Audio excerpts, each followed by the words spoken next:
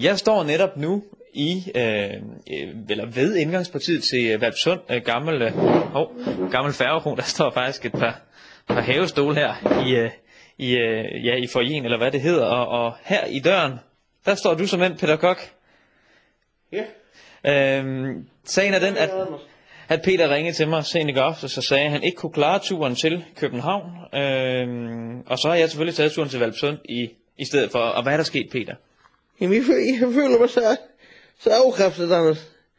Jeg har simpelthen ikke energien til at komme til dig i dag. Det var en forfærdelig oplevelse, jeg havde ved at se forbrydelsen i går i fjernsynet, og det viser sig, at det var hun, den pæne mand, der slående pige ihjel, Nanna Bæk Larsen.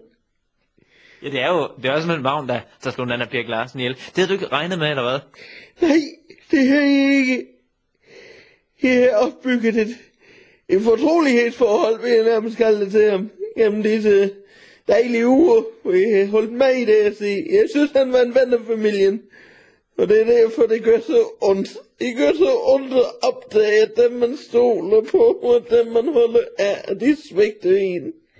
Men Peter, du ved jo godt, det er jo bare en tv-serie.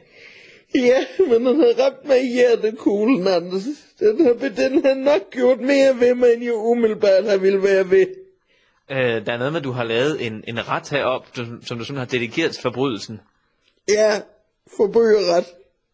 Hvad er det for en ret? Jamen, det er svensk pølseret, almindelig svensk pølseret, som jeg bare kalder forbryderret, så putter jeg lidt ekstra ketchup i.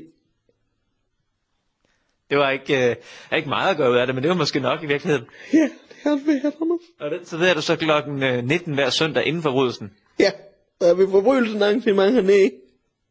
Og det er også slut nu. Men Peter, der kan jo være, der kommer en forbrydelsen 2. Ja, det ser jeg da med frem til hjem. Altså, jeg kan ikke i dag. Du må holde op med at spørge mig med alle de spørgsmål. Ser du, han har pil? Nej, det gør jeg ikke. Hun er da sådan en flot pige. Ja, hun er lidt klein i det. Nej, jeg ser det ikke. Nå. Hold op! Jamen Peter, så går jeg bare.